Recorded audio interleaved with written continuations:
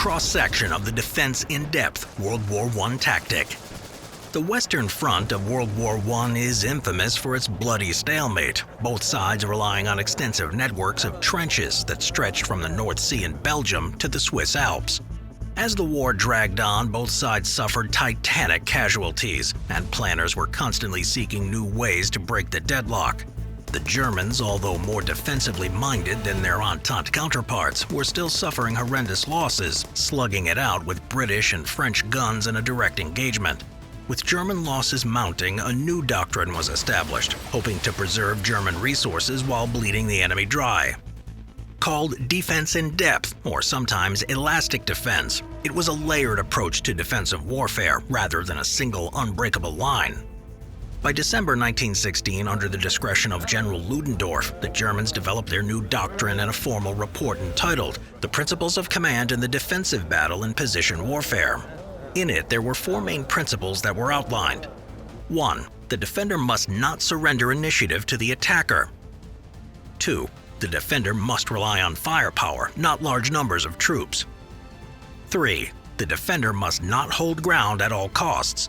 4. The defender must consider depth for all construction and positions. These principles were controversial, especially the third point. Many were hesitant to allow the enemy to take any ground without contesting to the utmost degree. That had been the previous doctrine, a single impenetrable wall that could not be breached. As a result, almost all of Germany's fighting strength on the Western Front was placed within range of Entente artillery and suffered massive casualties as a result. With the new doctrine, the bulk of the German defenses would be pulled back, out of range of the enemy's heavy guns. The most advanced positions, which were vulnerable to the heaviest firepower, would be comparatively sparsely manned, saving manpower for counterattacks. To fulfill this new plan, the potential battlefield would be divided into 3 zones. The first zone the enemy would reach was known as the outpost zone. As the name implies, this zone was used for scouting and monitoring enemy movements. As the enemy approached, they would provide warning to the rearward areas. At the same time, they would engage the enemy, disrupting their advance as much as possible before falling back. This section was the lightest of the layers, there only to delay the enemy and report on their movements. Picture this: if a mobile game took over your screen right now, you'd be introduced to a world with over 750 incredible champions, a highly strategic RPG combat system, jaw-dropping graphics, and a thrilling mix of PvE and PvP. Well, today is your lucky day, because this video is brought to you by Raid Shadow Legends. To conquer the competition, you'll need a formidable squad of champions. Conquering regular Doom Tower levels might be a breeze with a powerful team, but those bosses pose a real challenge. To defeat them, you'll need to be quick on your feet. Make sure you have ways to clear debuffs and maintain high resistance.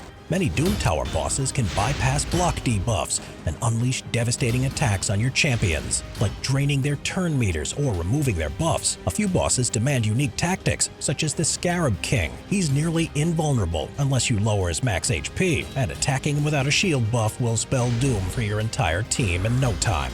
With the epic Raid Call of the Arbiter event unfolding this month, Raid Shadow Legends is getting a massive infusion of fresh content, inspired by the limited series. Expect new champions, an exclusive artifact set, special events, and more. The developers have even added a bunch of champion backstories to the game, perfect for those eager to delve deeper into the Raid universe. As a lore guy myself, I can't wait to watch the theories and videos that are sure to emerge. Actually, that sparks an idea. Now's the perfect time to join Raid if you haven't already. Use my link in the description or scan my QR code to claim your incredible bonuses.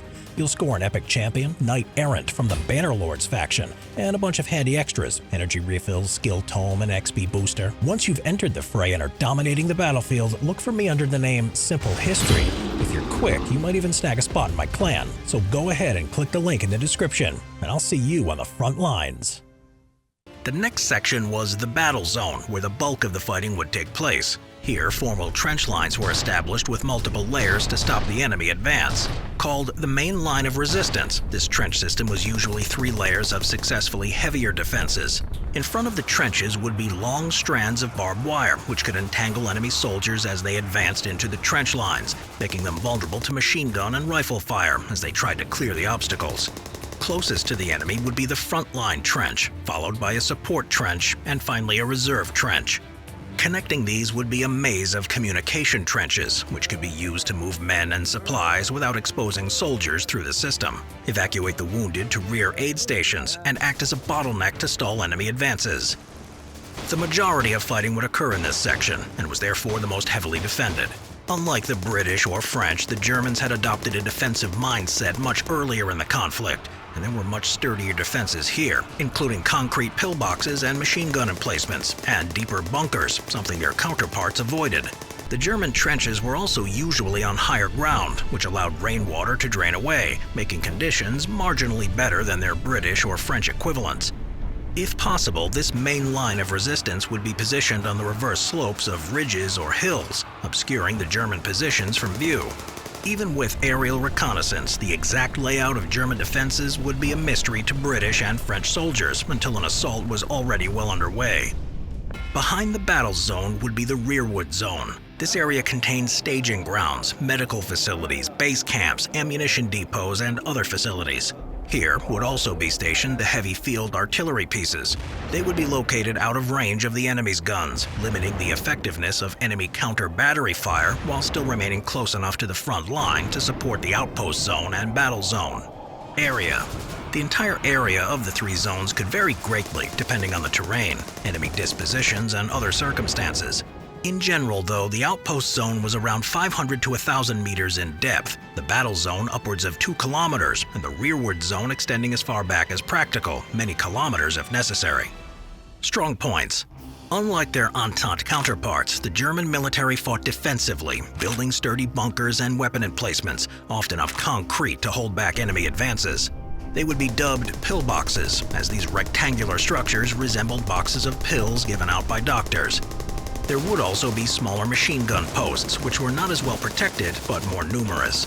These locations would mow down the waves of attackers while being shielded from return fire. Some bunkers were so deep and solidly constructed that they could withstand a direct hit from an artillery shell. These positions would be sparse in the outpost zone, but increase in frequency the deeper into German lines the enemy advanced, particularly in the support trench of the main trench system. These strong points could also be placed well behind the battle zone into the rearward zone. Should the enemy pierce the trench system of the main line of resistance, they would still have to contend with these positions as they advanced into the rearward areas. Each strong point would have to be captured individually, a dangerous and time-consuming process. Elastic defense in practice.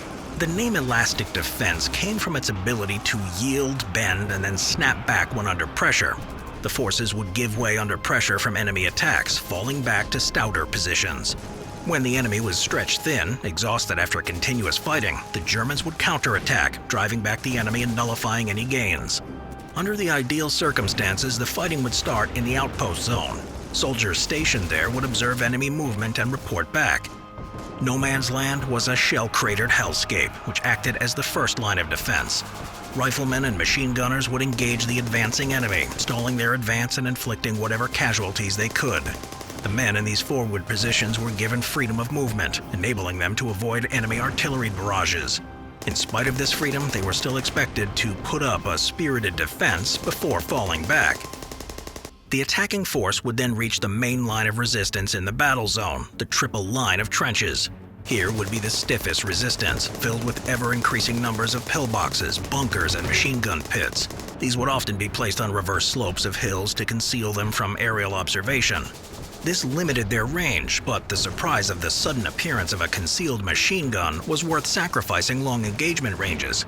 Concrete bunkers could still survive and fire on the enemy even after the area was already overrun, subjecting the attackers to devastating enfilading fire.